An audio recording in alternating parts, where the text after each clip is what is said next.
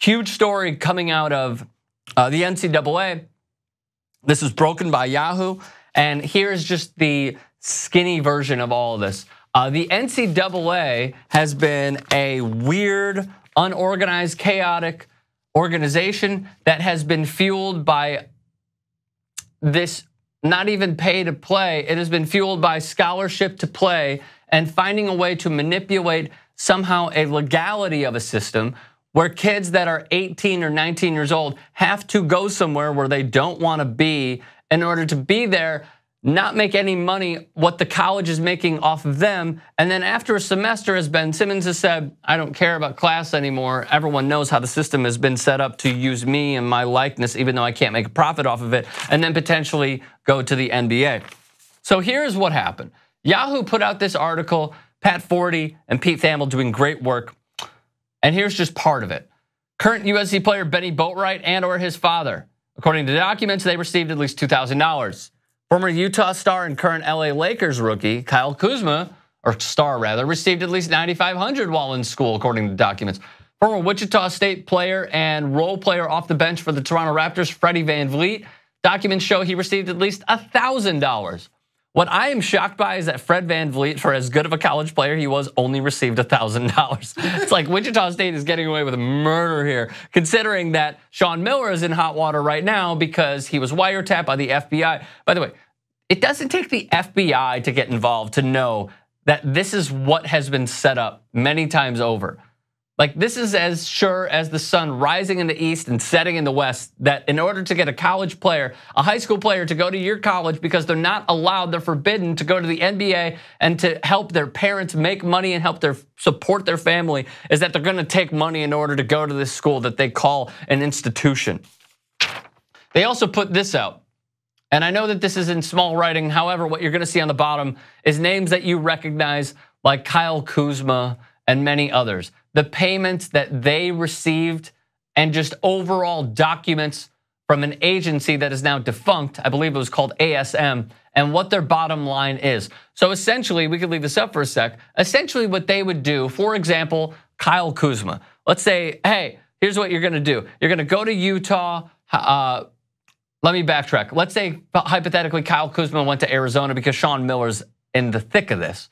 Sean Miller had a relationship with an assistant, and that assistant also had a relationship with the ASM agency. They would use one of the agents or assistants from the ASM agency to then say, hey, we're gonna throw in money in order for him to go to Arizona. They would both pay. And then after that, what he would do is then he would influence the player to sign with ASM.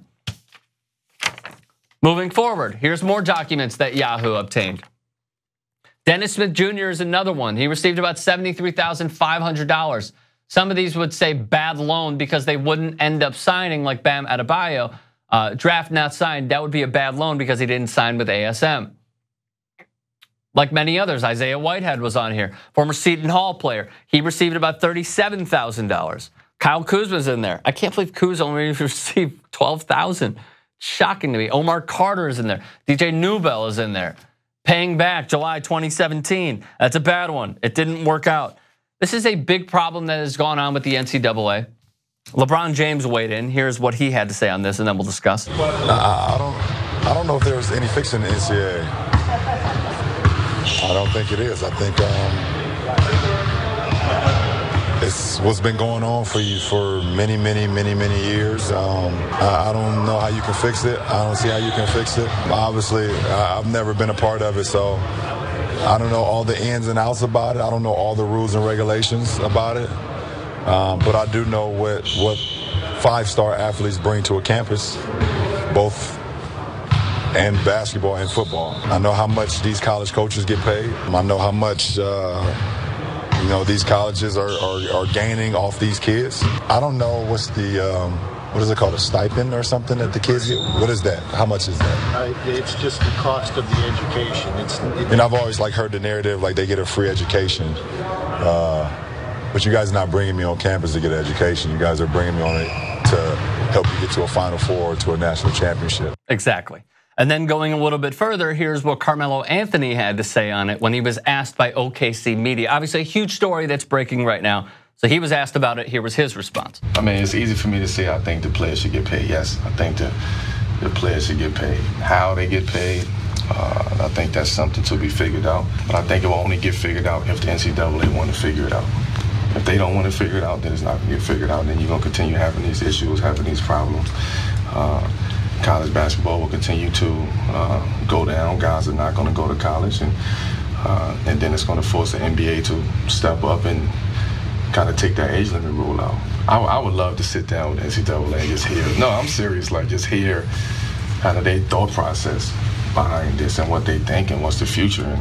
Okay, so while we hear that LeBron James is saying that the NCAA is corrupt and saying that the players should be paid, echoed by Carmelo Anthony, Jay Williams went a step further. ESPN college basketball analyst, here's what he had to say on Twitter. I agree. Players should boycott, but it's how you boycott that's going to be the major difference. We saw USA Women's Soccer do the same exact thing when they felt like they weren't getting equitable wages to their male counterparts. They boycotted. But wouldn't it be a crazy thing if we saw players actually just not boycott a game in the NCAA tournament, but boycott the Final Four? Imagine how quickly the NCAA will recognize that it's just not only a business for themselves, but also a business for the athletes as well. That's how you make change. I agree. I think that it would be a drastic change. It would be a dramatic change. But you cannot tell me if some of these kids have put in this much time and effort and are being recognized now, maybe they weren't even one of those players that was heavily recruited, and they're having an incredible March Madness run, a Steph Curry-like Davidson run. The spotlight is now on them, an RJ Hunter-like run, which got him drafted into the first round by the Boston Celtics. You cannot tell me that now you say, all right, forget about everything that happened, all the attention that you're getting in order to up your stock for the NBA draft, and just walk out. It doesn't work like that. You can't have some kids that came from nothing. NBA scouts are now attending their games, talking to his family or what have you, agents flooding their inboxes and telling me now they go all the way to March Madness. They're being talked about being a top 10 pick, but now you should boycott. That's a really, really tough call for anybody to make. But if it means that the NCAA loses, then I also think that it means that we all win.